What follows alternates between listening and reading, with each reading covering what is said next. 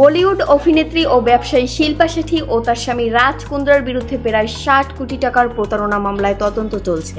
এই অভিযোগের প্রেক্ষিতে মুম্বাই পুলিশের অর্থনৈতিক অপরাধ শাখা শিল্পার বয়ান রেকর্ড করেছে। মুম্বাই পুলিশের এক কর্মকর্তার বরাতে জানা গেছে, শিল্পাকে প্রায় 4.5 ঘন্টা ধরে জিজ্ঞাসাবাদ করা হয়েছে এবং এই সময় তার বক্তব্য লিখিতভাবে গ্রহণ করা হয়। এবং সেখানের এক কর্মকর্তা জানান, পুলিশ শিল্পার বাসভবনে গিয়ে জিজ্ঞাসাবাদ পরিচালনা করে। জিজ্ঞাসাবাদের সময় শিল্পা তার বিজ্ঞাপন কোম্পানির ব্যাংক অ্যাকাউন্টে সংঘটিত অভিযোজিত লেনদেন সম্পর্কিত বিস্তারিত তথ্য পুলিশের কাছে তুলে ধরেন। এমনকি তদন্ত চলাকালীন শিল্পা পুলিশের হাতে বিভিন্ন গুরুত্বপূর্ণ নথিও তুলে দেন, যেগুলো বর্তমানে যাচাই বাছাই করা হচ্ছে। প্রসঙ্গত, গত সেপ্টেম্বর মাসে মুম্বাই পুলিশের অর্থনৈতিক অপরাধ শাখা একই মামলায় রাজ কুন্দ্রার বয়ানও রেকর্ড করেছিল। তখন মুম্বাই পুলিশ জানিয়েছিল, অভিনেত্রী শিল্পা ও তার স্বামী রাজের বিরুদ্ধে প্রায় 60 কোটি টাকার এক কথিত প্রতারণা মামলায় তদন্ত চলছে। মুম্বাই পুলিশের অর্থনৈতিক অপরাধ শাখা রাজকে সমন পাঠিয়ে তদন্তে হাজির হতে নির্দেশনা দেওয়া হয়। তিনি হাজির হয়ে পুলিশের কাছে তার বক্তব্য প্রদান করেন। পুলিশ আরও জানায়, রাজকে